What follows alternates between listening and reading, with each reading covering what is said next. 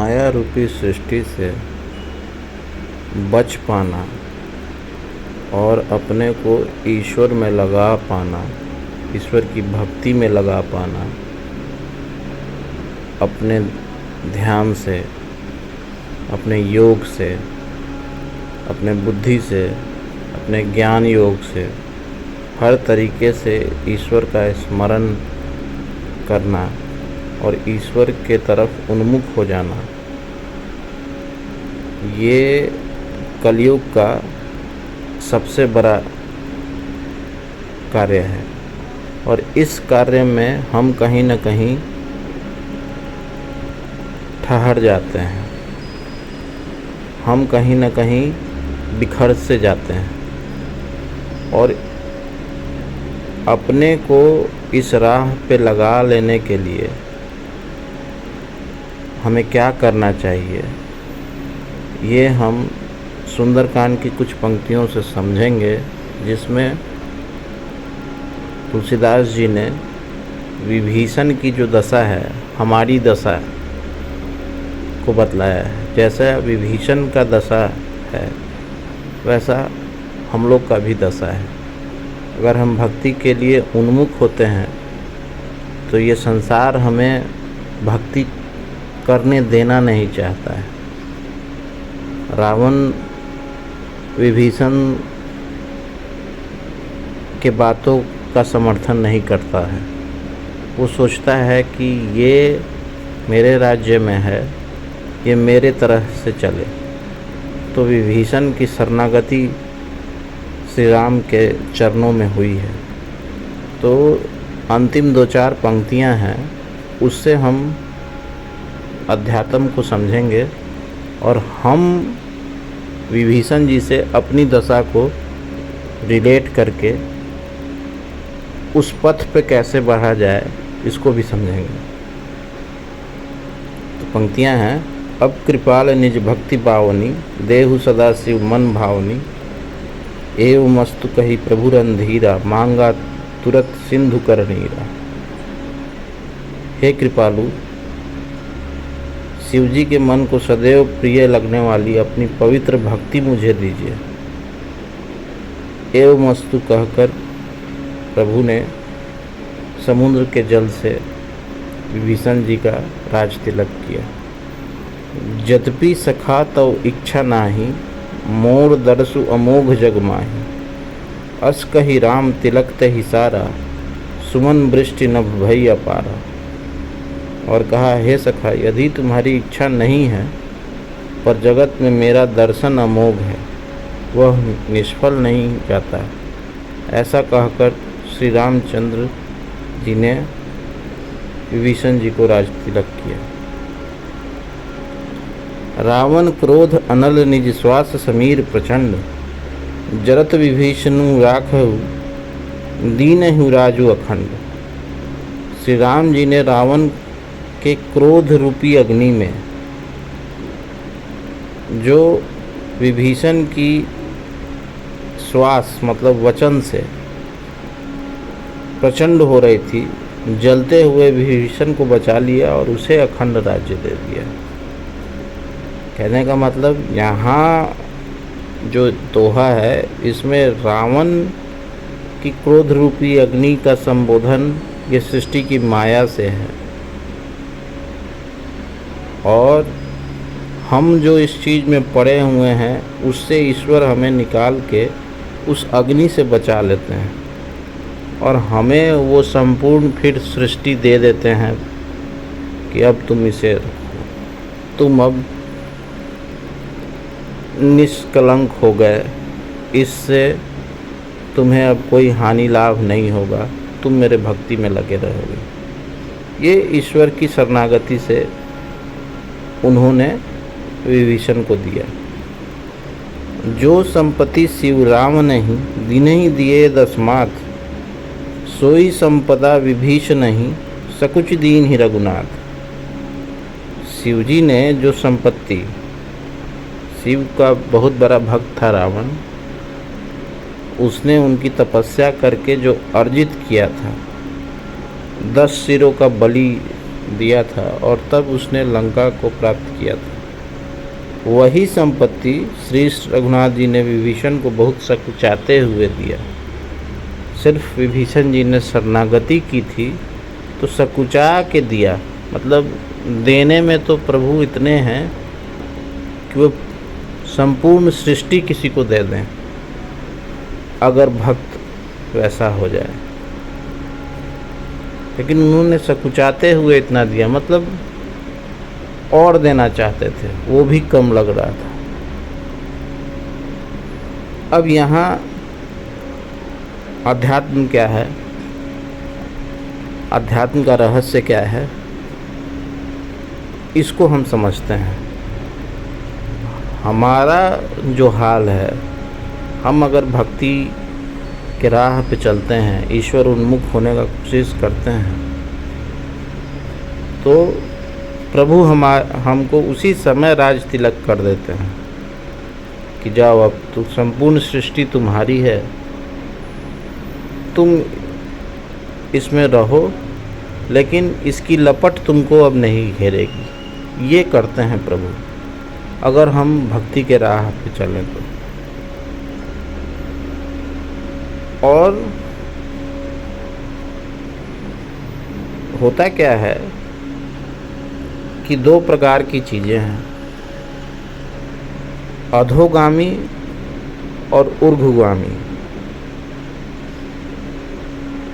आत्मा का जो परमात्मा में मिलन होता है तो वो दो क्रियाओं से होता है, एक समर्पण और दूसरा आत्मा का ऊपर चढ़ने की स्थिति, मतलब ऊर्ध्वगामी स्थिति। वो कब होती है जब हमारे अंदर दया, करुणा, ध्यान और जितने भी ईश्वरीय गुण हैं वो हमारे अंदर व्याप्त हो जाते हैं, तो वो ऊर्ध्वगामी होती है। और अधोगामी हमें माया में अगर हम फंस जाते हैं, काम में, क्रोध में, मोह में, लोभ में, अहंकार में, तो अधोगामी हो जाती है और हम क्रियाओं में लग जाते हैं। और वो क्रियाएं कैसी होती हैं? वो क्रियाएं हमारा अहंकार करते रहता है, इसके कारण हमारे आत्मा का विकास नहीं हो पाता है। जिस विकास के लिए वो यहाँ आई है, जिसे ईश्वर ने कृपा करके भेजा है कि तुम अपने आत्मा को विकसित करके परमात्म तत्व में मिला लो, इसको ऊपर चढ़ाओ मेरे ही गुण के द्वारा। इसके लिए प्रभु ने जीवन दिया हर जीव जंतु को, लेकिन साथ में एक टेस्ट दे दिया कि माया तुम्हारे साथ है, इसका तुम सपोर्ट लेके कर सकते हो।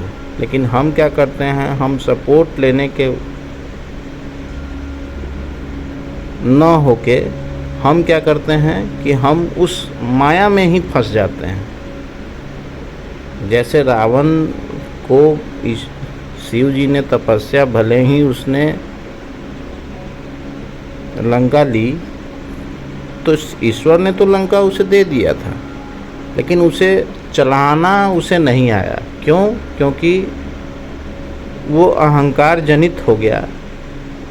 उसे ऐसा लगा कि मैं ही सब कंट्रोल कर रहा हूँ, मेरे से बड़ा कोई नहीं है और मैं जो सोच रहा हूँ सबसे बेहतर सोच है। तो वो भक्ति की मार्ग से दूर हो गया। और विभीषण जो था उसने इस रहस्य को समझा,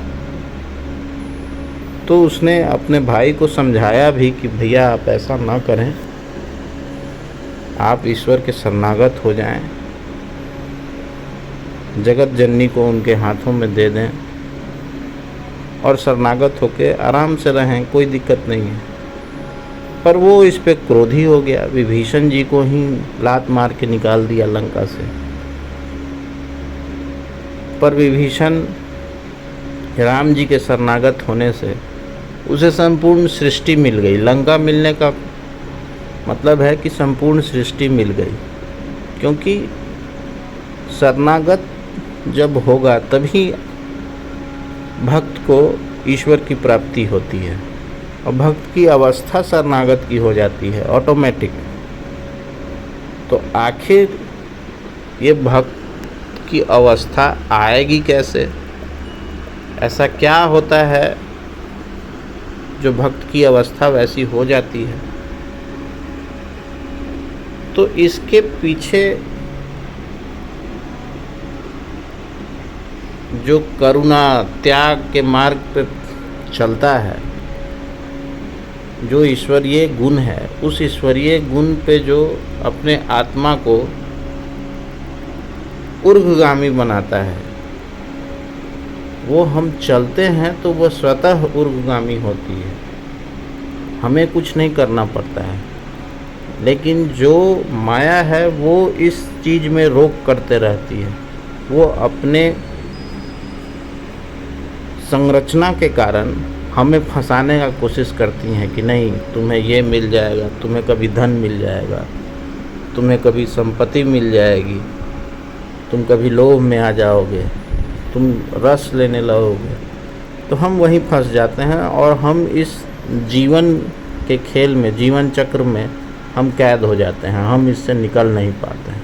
इसका मतलब है हमारी आत्मा अधोगामी हो गई, वो नीचे की तरफ बढ़ रही है, मैटेरियलिस्टिक थिंग्स के तरफ, जो सांसारिक चीज़ें हैं उसमें फंस गई। अब इन सब चीज़ों को दूर रखना है अपने से, तब हमारी आत्मा जिस चीज़ के लिए आई है उस चीज़ में निपुणता हासिल करेगी। तो उसके लिए ईश्वर ने भक्ति मार्ग बनाया, ज्ञान मार्ग बनाया, अष्टांग योग मार्ग बनाया, राजयोग है, कर्म योग है। सबका मतलब एक ही है कि आप अपने आत्मा का जो चलन है उसको ऊर्ध्वगामी बनाएं। आप दैवीय गुणों को अपना के, माया का हेल्प लेके और परमात्म तत्व में विलीन हो जाएं, तभी वो पूरी सृष्टि आपको दे देगा। वो पूरी सृष्टि हमारे लिए ही बनी है,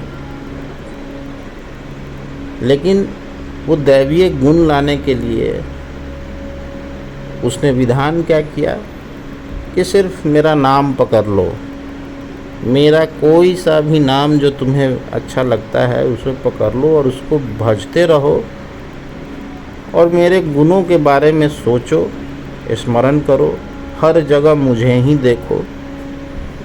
माया रूपी जो संसार है उसमें भी मुझे देखो, तब तुम मेरे तक पहुंच जाओगे। तो ये क्या है? ये एक प्रयास है, एक रास्ता है जो ईश्वर ने हमें प्रशस्त करके दिया है। हमें बस इस राह को अपने लिए, सबको लिए प्रशस्त करना है, आगे बढ़ना है। इस पे बढ़ने में बहुत सारी कठिनाइयाँ आएंगी जो माया क्रिएट करती है, क्योंकि हम कनेक्टेड रहते हैं बहुत जगहों से एक साथ, बहुत इच्छाओं के साथ हर जगह कनेक्टेड रहते हैं। हम सारा कनेक्शन ईश्वर में जोड़ लें कि जो भी है, हमारी जैसी भी परिस्थिति है, ईश्वर ने रखी है और ईश्वर से हम हमेशा जुड़े हुए हैं। इस बात को रिमाइंड करके और उसका नाम जाप, मंत्र जाप, ध्यान की क्रियाएं जितनी होती हैं, होता क्या है, शुरुआती तौर पे जब हम पूजा करने की कोशिश करते हैं, अर्चना करने की कोशिश करते हैं, किसी भी भाव में, भक्ति योग के किसी भी भाव में आके शुरू करते हैं, तो सबसे पहला कष्ट शारीरिक होता है। हमारा मन अशांत होता है, हमें बैठने नहीं देता है, हमें ध्यान केंद्रित नहीं करने देता है, हम एक तरफ उन्मुख नहीं हो पाते हैं, हमें बहुत सारी विचार आने लगती है मस्तिष्क में, हम उन विचारों में फंस जाते हैं और फिर भटक जाते हैं। लेकिन ये जीवन हमें अपने प्राण शक्ति को ऊर्ध्वगामी बनाने के लिए मिला है। हम उसकी जितनी भी दैवीय गुण हैं, त्याग, करुणा, दया, जितनी भी गुण हैं, सच्चिदानंद स्वरूप के जितने भी आकार हैं, उस आकार को याद करके, हम उस गुणों को याद करके हम ईश्वर का नाम लेते रहेंगे और इन सब चीज़ों को दूर करते रहेंगे। एक बार फंसिए, 2 बार फंसिए, 1000 बार फंसिए, लेकिन हमेशा उससे निकलने का कोशिश करेंगे, क्योंकि वो जो भी चीज़ हमें दिख रही हैं, महसूस हो रही हैं, वह एक स्वप्न है, वो सच है ही नहीं। सत्य सिर्फ एक है कि सिर्फ ईश्वर है और ईश्वर ही सत्य है।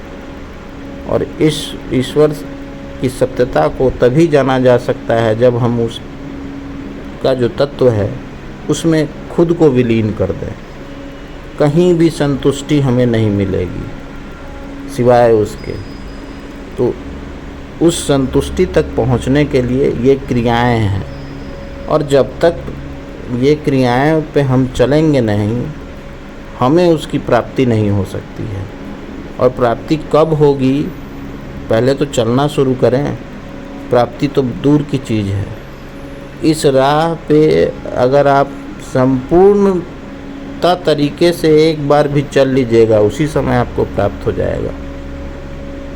बस वो संपूर्णता हमारे अंदर नहीं आ पाती है, जो शून्यता है ईश्वर की, जो शून्य बोला गया है कि शून्य बैठो। शिव क्या है? वो विचारों से शून्य है। विचारों से शून्य का मतलब क्या है? इच्छा रहित हो जाना। किसी भी चीज़ में हम नहीं जुड़े हुए हैं, हम शून्य बैठ गए, तो वह स्वतः उसका जो तत्व है वो हमारे अंदर आने को और हमारा जो तत्व है उसकी ओर जाने को, दोनों परस्पर रूप से कितने समय से अलग हुए हैं। वे उनकी चाहत है एक दूसरे से मिल जाने की। तो हम अपने जितनी भी परेशानियां हैं जो माया द्वारा जनित हैं, उनको हटा के और एक संपूर्ण जो है विश्वास के साथ एक प्रण लें कि ईश्वर, इस जन्म में हम तुम्हें प्राप्त कर लेंगे, हमें अपना आशीर्वाद दो, हम तुम्हारे ही हैं। हमने अहंकारवश इस जीवन चक्र में प्रवेश किया है, तुम्हारी कृपा को हम आज तक नहीं समझ पाए, हमें माफ़ करो और हमें अपने प्राण शक्ति को अपने में विलीन करने की ताकत दो, अपनी कृपा दो। ये बोल के हम वहाँ तक पहुँच जाएंगे। तो उसके बाद जैसे ही हमें उसकी प्राप्ति होगी, तो जो अखंड सृष्टि है वो हमें दे देगा फिर रहने के लिए, और हम निष्कलंक, निष्पाप और हर तरीके से विशुद्ध हो जाएंगे। जैसे हम हैं वो हम हो जाएंगे, और यही ईश्वर की परिकल्पना है और यही हमारा ध्येय है। तो बिना समय गंवाए हुए हम ईश्वर को भजने का प्रयास करें, ईश्वर की प्राप्ति में अपने को उन्मुख करें। तो आज के वीडियो में बस इतना ही। ओम हंग हनुमन्ते वायुपुत्राय पंचमुख हनुमते नमः। ओम हंग हनुमन्ते वायुपुत्राय पंचमुख हनुमते नमः। ओम नमः शिवाय। जय श्री राम।